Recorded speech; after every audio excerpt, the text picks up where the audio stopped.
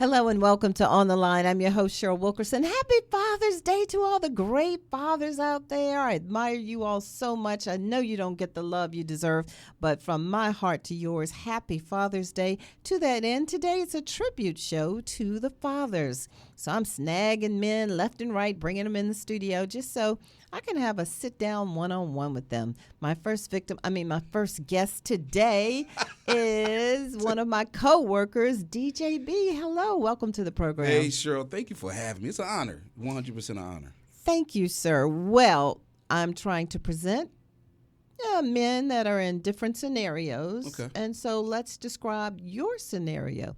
You're a married man, and you have successfully combined families. Yes. So give us the background on that. I have two of my own, two boys, and my wife has 3 boys and 1 girl. So that's 6 total, and I've raised 4 of them. The other 2 they was already grown, pretty much. Mm-hmm. So from the oldest being maybe 14 when we got married, and that's my daughter, my only daughter, who had my only grandson, and my sons all had girls. Wow. You know, but so we combined our family. My oldest currently now is married. He's 28, and my youngest last Friday just graduated from high school. Congratulations. Thank you. So why do you refer to all of them as my? Because I treat them like mine. I love them like they're mine, like they're my blood. And the way our family is, it's like that. You know, it's they call me dad, and they call her mom. Right. You know, and that's just how our family is. It's just, those are titles, but beyond the titles, it's what it is. You know, I treat them like I was treated growing up. The reason why I ask, I hear this statistic so often, 70% of second marriages fail. They fail because of the children. They fail because of the children, because the children really resent their nuclear family being broken up and going on to, the children might have been neglected, or it just might be that they just want their mom and dad back together. So 70% of those marriages fail. How have you been so successful? I could see how that could be, but we just were lucky. Was it a long talk before you got married?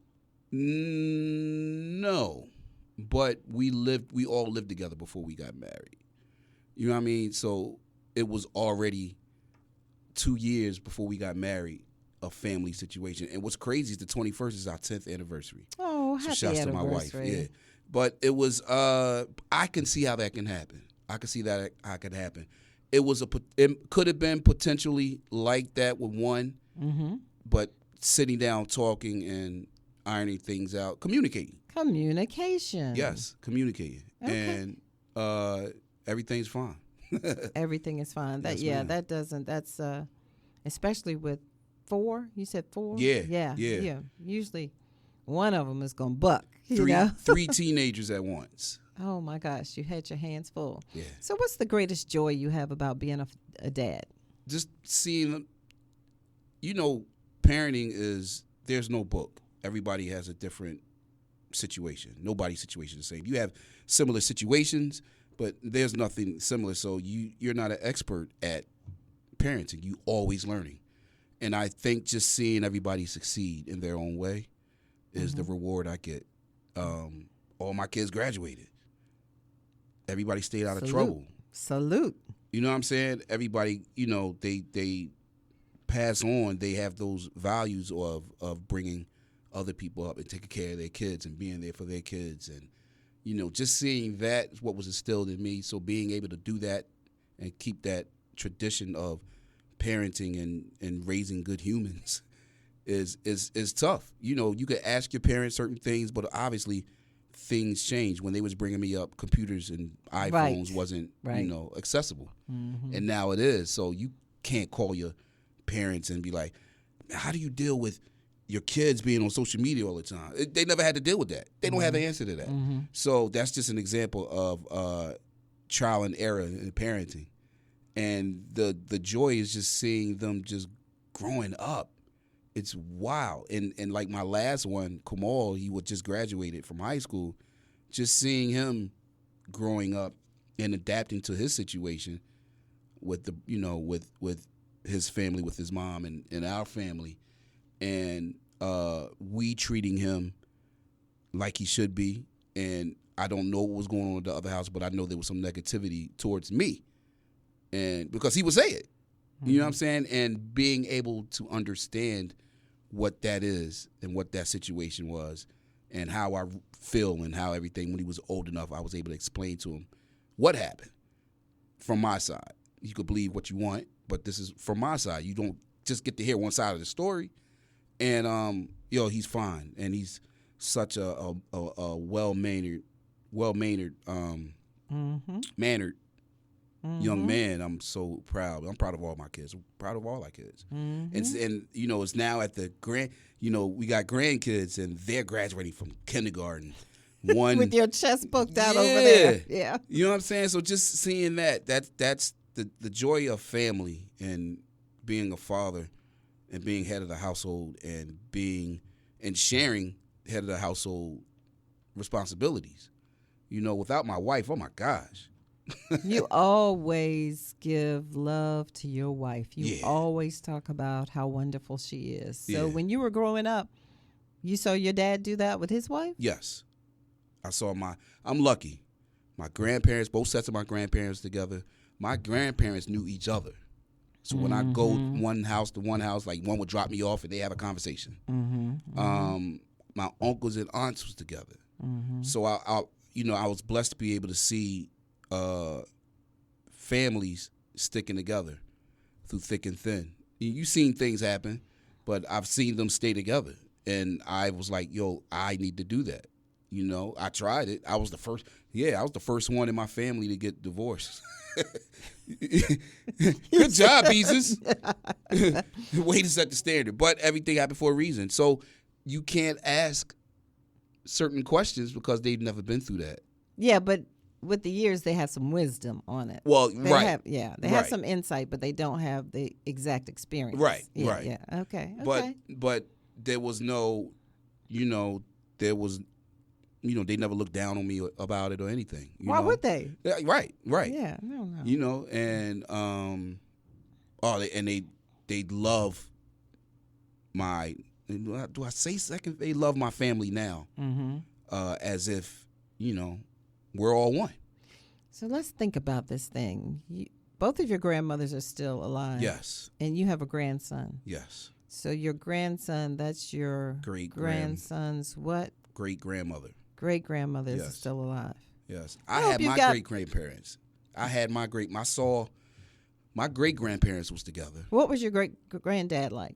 My great-grandfather on my father's side, Grandpa Douglas, he was mobile. He was driving, but he was elder. Obviously, he was old. And then I remember when he passed, he got bedridden. My other grandfather I never met. He passed away before I was born. Okay. All right. But I just heard stories. Yeah. Okay. So that's important. And I just hear those stories that my father be telling me because that's his grandfather. And they was there. You know what I'm saying? The story of, him, my great-grandmother at home and wouldn't let them play anything but gospel music in the house. And there was a lot of those, yeah. You know what I mean? They leave and they playing whatever they wanted to play, and they got to look out and they wait for my grandfather to get home, and then they cut it off. or just a real story. He used to go to the shot house or whatever they called it back then, come home with his paycheck, and they had to hold him down. My grandmother had to take the money from him so he wouldn't spend it. Now, I've heard stories like that in my extended family of my mother's first cousins. I remember one of the wives telling me how she would have to meet her father at the bus stop when he got off the bus from work and walk him home to make sure he wouldn't spend that paycheck. But they took care of the families, right? But they took care of the family at the same time. So I'm thinking, like, she didn't work. Y'all wasn't hungry. but y'all was still worried he would spend that money before he got home. So it was it's not the best family situation thing, but it happened. But they solved it as a family too, and he didn't go nowhere and she didn't go anywhere. So what happened that we went from that to where a young lady will say, I'm with child, and the first thing out of the mouth is, I need a DNA test. Why? What's going on here? I don't know, because we can't say that's, new, because there's a song that came out in the 60s called Papa Was a Rolling Stone. Correct. Pops had a whole other family across town, but he still took care of home. But he still took care of home. Is that the part that we're missing? That's what we're missing. It's the responsibility. It's Do you think dads think do you think dads that don't stay with their families, whether they're married or whether they were never married, do you think that they might be afraid that they would fail because it's so hard being a black male? Yeah. Or do you think they just want to be footloose and fancy free? Yeah. Those are definitely right answers. They're not good answers. Well, let me say this. They're good answers, but they're not the right answers. It's so many situations. It's so many, I've been through some things with one of my son's mother that I understand how somebody could disappear. Because but I never understand that, because when either. the mother makes it hard, I just look, because eventually the child is going to get older, and the child is going to ask questions, and the child is going to realize, well, wait a minute, all this time I was thinking da da da da da, and really it's da da da da da da. Right, and that could cause resentment. It could cause resentment. I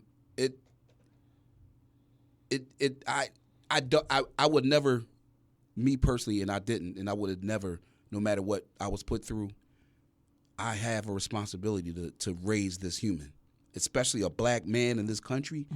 I could not be there for my sons. But, and it goes the other way around too. Men put women through stuff too. Correct. But it's Father's Day. It is Father's Day. Happy Father's Day, you all. If you just joined in, I am talking to my coworker. You know him, DJ B. Okay, go ahead. I don't understand the concept of not trying to be there and raising your son, no matter what situation you're going through. You try hard. You got a responsibility. Because the children really don't care. They didn't care ask to be here. if you're not pulling up in the Maserati. Nope. They really don't care. They might ask for the latest J's, but they don't really want them. They want that arm around them. This is why I get upset with that celebrity that has gone out and spread his seed everywhere, because he cannot be there when this one wants to be held at night, when this one is sick at night, when this one wants a bedtime story read, when this one wants you at the soccer match. You cannot be at all those places, and money does not cover it. Nope. And it gets me upset, Nope. as you can tell, but I'm going to calm down. Yeah, calm down.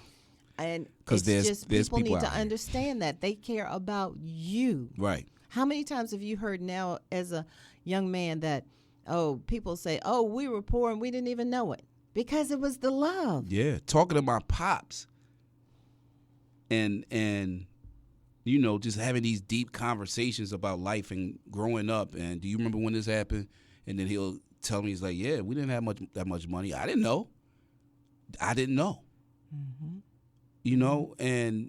I didn't know. Right. But like you said, it worked out. It worked out.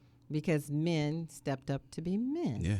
So what advice do you have for the young men coming up today?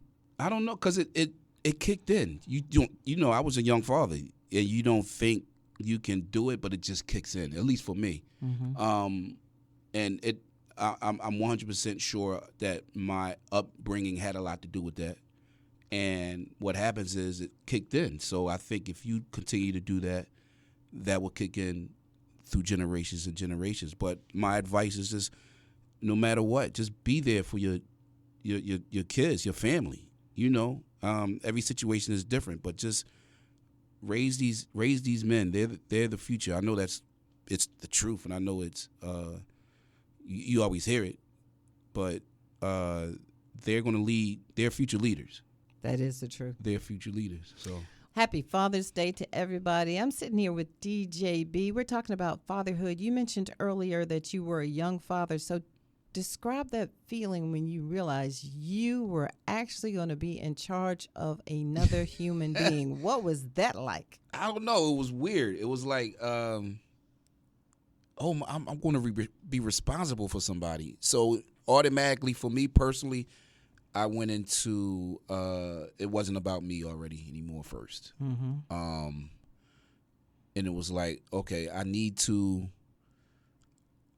be a father. I was indirectly taught by my father, my grandfathers, and even my great grandfather that I had the honor to meet, and it just kicked in. And a lot of mistakes, and it's trial and error, but. But did you realize there were going to be mistakes, or did you think everything was going to be perfect? I knew it was going to be mistakes. Okay, but even when you made the mistakes, you didn't get down on yourself because you had the knowledge that there are going to be some mistakes, right? Okay. I had, and it was some things that I did get down, and I was upset about myself. I should have known better to do it this way instead of this way. But that's all learning, and you learn from that. And then I was, you know what, my father was like, well, I was never a father before I had you. Right. True. You know what I'm saying? And I said, Dad, you did pretty well. I think I'm a pretty decent guy. You raised a pretty good man, so I think I could do the same. So that always stuck in the back of my head. So, I got down on myself, like I said, a couple of times in a couple of situations, but just remembered that, learn from that. Is it more important for a young lady or a young man to have a father in their life? And that's probably a trick question. It is a trick question. Definitely, if I had to answer that question, obviously it's both. But if I had to ask that question, I would say a man. I personally think that it's easier for a man to teach a man about being a man than a woman, and vice versa. I think it's easier for a woman to teach a woman about being a woman than a man.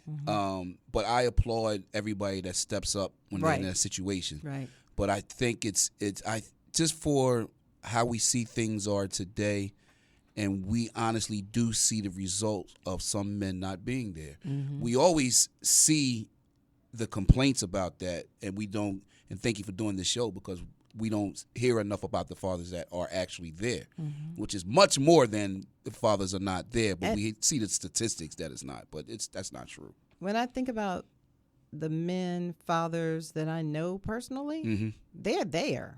So when I hear about those other cases, I'm like, is this real or not? Because I see the men stepping up. I see the men stepping up that didn't give birth, didn't, provide the life seed that made the child. I see them stepping up. So I'm like, are we really telling the truth? Because I don't know. Maybe. Well, they out there. Yeah. But even in my circle and my friends, and I got a small circle, but we're all fathers.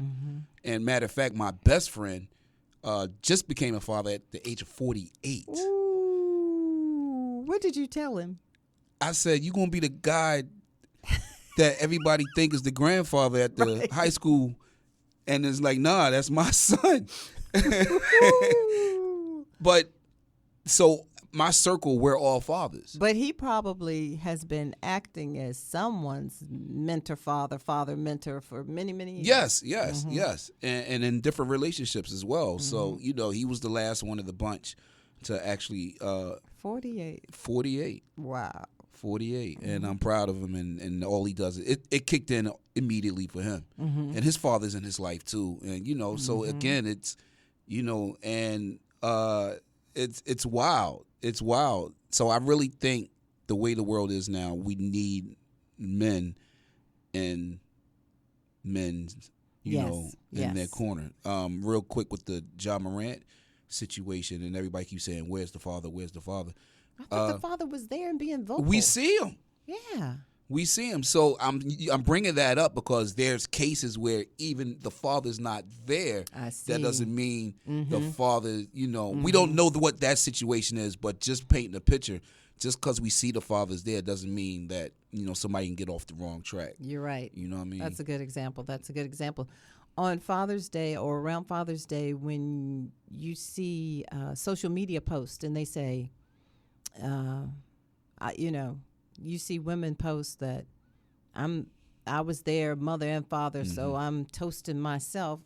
Are you offended by those posts? No, because I used to post. I used to shout them out. I used to say, even on the radio, I used to say. I'm offended. I used to and say. I don't have anything to do with it. And I'm offended. I used to say, shout out to the mothers that's playing the father role too, and I don't approve it. I think subconsciously I said it for not that person to hear it, but the person that's for the child. Because one, they didn't ask to be here. We don't know what the situation. Most situations are different. It's hard for a lady to step in to be the father if the father's not there. I applaud them doing that. I don't agree with it. Right. You know what I mean? It shouldn't even be that situation. So I'm not offended by it. But the older I get, it's like I think I'm more upset about the father not being there than the actual statement. I know. So DJ B does the morning show with me. Check him out every weekday morning, 6 to 10. Us. But check us out. Not on Juneteenth. No, Okay. not on Juneteenth. Not tomorrow. Right. But we did a story recently. We always do a segment called Good News. And we talked about one father, and he was working 3 jobs, going to school, and he was still there for his son. And was he a single father? He was a single father. Okay. And that's why I get upset when the ladies want to shout themselves out, because the ladies have a day. And there are some fathers out here that are doing wonderful things. Let the fathers have their day. Cheryl's opinion, just Cheryl's opinion, okay? they coming for us. Let the fathers have their day. That's what I say about that. Well, the mothers are, they get 364 days, in my opinion. And even on this day, today, I asked my wife if she wanted to do something for me. Oh, you know what I'm saying? Sweet. So later on today, we're going to head over to the Juneteenth celebration, but we're going to ride our bikes, take the ferry from Norfolk to Portsmouth. And it was something that I wanted to do, but I still had to ask her to do it. Not for permission, but, I knew I was going to do it. Do you want to come with me? Do you want to come with me? That's my Father's Day present. That's nice. That's you're going to have a nice day today. Yeah, I hope so. Did you have donuts this morning? No, let me stop. That's the only thing. No donuts this morning. No donuts this morning. I'm talking with DJ B. We're talking about fathers because this is my Father's Day tribute, and I just want to say great things about the fathers today because there are plenty of them out there. My dad, he was a great dad. I think about him all the time. I wish he was still here. One of the most fun things was when we would go out like on a Sunday or a Saturday, and we would come back home, and it would be late. Say we'd go to my cousin's house or something like that. And you come home, and I'd be so tired, and he'd pick me up and take me in the house. That's like, that's your dream right there. Dad and his big, strong arms taking me in the house, Man, listen, you're from Richmond. My grandmother's from Richmond on my mom's side, and she told me her mom passed away when she was young. Okay. So her father took care of them. Ooh. And she told me, she went to Maggie Walker High School, but before that, she told me her father taught her how to read by sitting in that park where Bojangles' statue is now. Wasn't there then. Whatever. Abner Clay Park. Yeah. And they read the billboards. That's how she learned how to read, by him teaching her how to read, because they wasn't doing it in school. Oh, my But gosh. that's fathers stepping up. You know what I'm saying? And even, you know what, now you got me thinking, did Bill Bojangles Robinson have children? I don't know. I don't know. But he took care of the black children in that area because the white people would not put up a traffic light for the children going to school around there. And Bill Bojangles Robinson came out of his pocket and he put up the first traffic light to keep the children safe. That's being a father. That's taking care of business. Shouts to Granville T. Woods, the inventor of the traffic light, by the way. That's right. That's exactly right. All right, so let's get back to this fatherhood. So so when you found out you were going to be a father, you weren't afraid and you knew that you were going to be all right. You didn't? Nah, I knew I was going to be all right. I think I was afraid of failing. But you knew you couldn't fail. I knew I couldn't fail. Yeah. I didn't want to fail, as in I didn't want to let my son down. I didn't want to disappoint him in anything. And my father was my Superman. Right. I wanted to be my son's Superman, and I didn't want to do anything to not have my son have that same feeling about that same me. feeling. Yeah. So how old are your sons now? My oldest is 28. My youngest is 18. My oldest stepson is 34. Then it's 32. Then it's 26. And then my daughter's 27. And do you still think about that you don't want to fail them, or is it a time where you get past that as a father? Nah, it's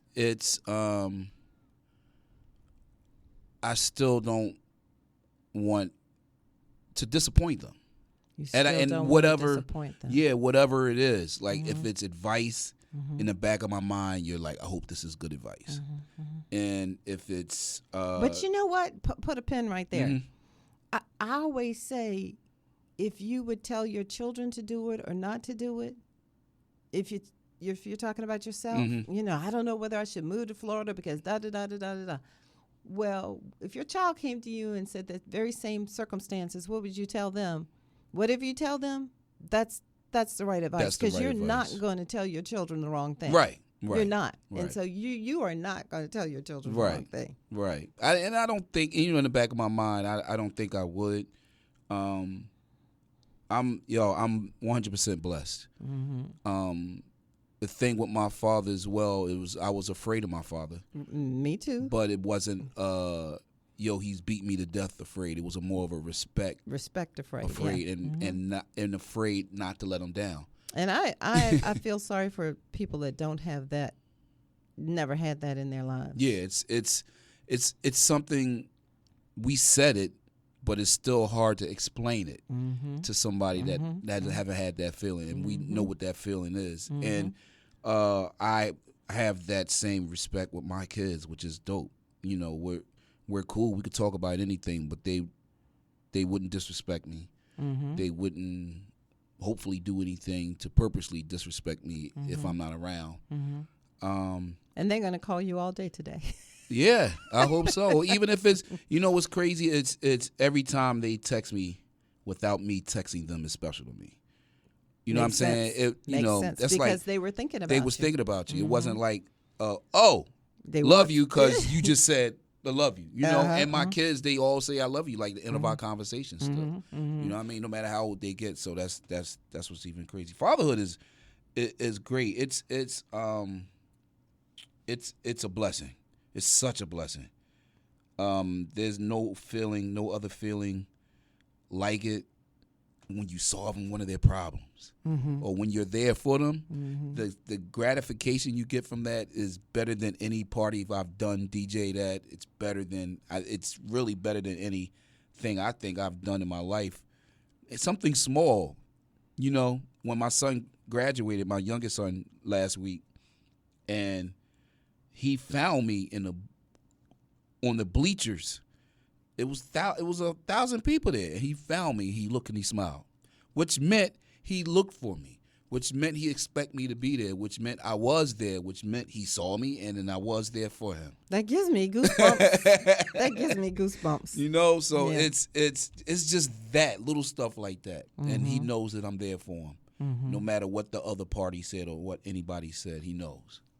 Yeah, he knew. He saw you there, and he knows. Well, I guess I owe you now, right? Not at all. Because we had a nice chat today about Father's Day. I could not have done it without you. I appreciate you. And you all, what he's saying about his children is true, because I watch him talk to them or talk about them, and he adores them, and I can tell they adore him. Yeah. So the DJ B you see out in these streets on these turntables, that's one person. But the dad, that is a totally different person. Thank you. Well, thank you, and happy Father's Day to you. Thank you, and happy Father's Day to everybody listening, everybody out there. Happy Father's Day. That's true. You all have a wonderful, wonderful Sunday. Honor these men. Honor these kings. Ladies, you had your day. Honor these men today. That's what Cheryl said. We will talk again next week. In the meantime, behold the green and gold.